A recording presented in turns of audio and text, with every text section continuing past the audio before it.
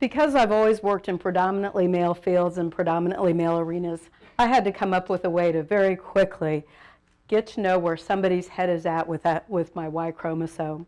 So I developed the acid test question. Now when you see the question, you have to answer the first thing that pops into your mind. No editing, no second guessing. When a woman's success makes a man feel inadequate, he does what? If you're brave, write it down.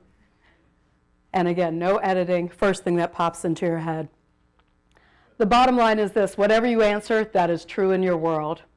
In my experience, number one answer is he leaves. So the compelling thought in society is that once a woman achieves power, that she becomes undateable. Women, about 25% will answer far more darkly. He beats her, he slaps her, he sets out to destroy her, he undermines her. Now, is this just their imagination? For heaven's sakes, this is 2009. Women supposedly are equal. Not really. Linda Babcock, about 10 years ago, started looking into the wage-gender gap and found that 8 times more men than women would ask for money in her studies. She was a little perplexed and went on to find out that women were really responding to an accurate view of how they would be treated if they did. That both men and women would subtly penalize women who asked for more because they were considered less nice. Now, we do need to have social roles to have social order. Social roles are behaviors that are acceptable and define someone's social status.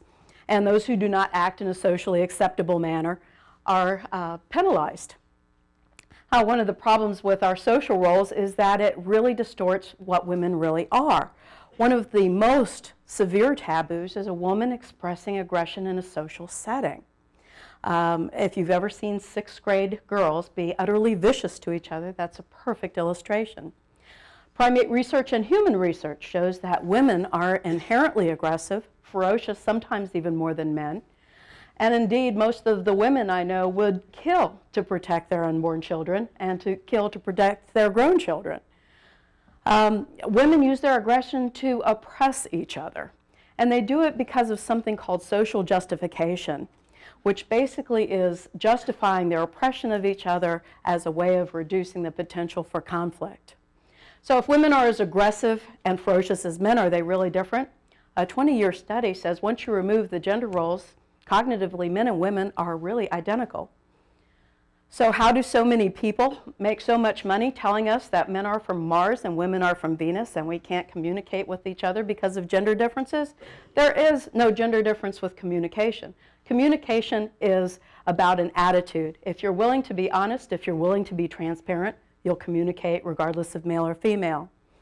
Women are tremendously conditioned through culture, through fairy tales, and through the media. Somehow it's become acceptable for women to become backstabbing and conniving, to be able to catch the man. A kind of a, you're nobody unless you're Mrs. Somebody still abounds.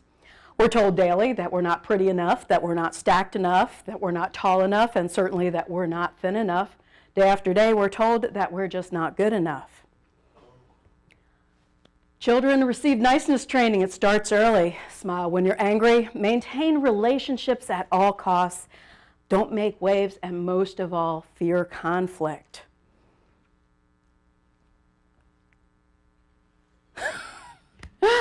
Popular culture has taken the stereotypes for women to an all-time historical low, where we're shallow, we're greedy, we're publicity-seeking, we're brainless.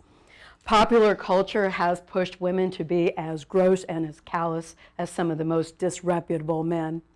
It's been said that in a world without ladies, there cannot be gentlemen, and certainly if women are deprived of the knowledge that they have the moral authority to reprimand men for behaving less than acceptably, it makes it far more difficult. The truth about women, power, money, what is it really?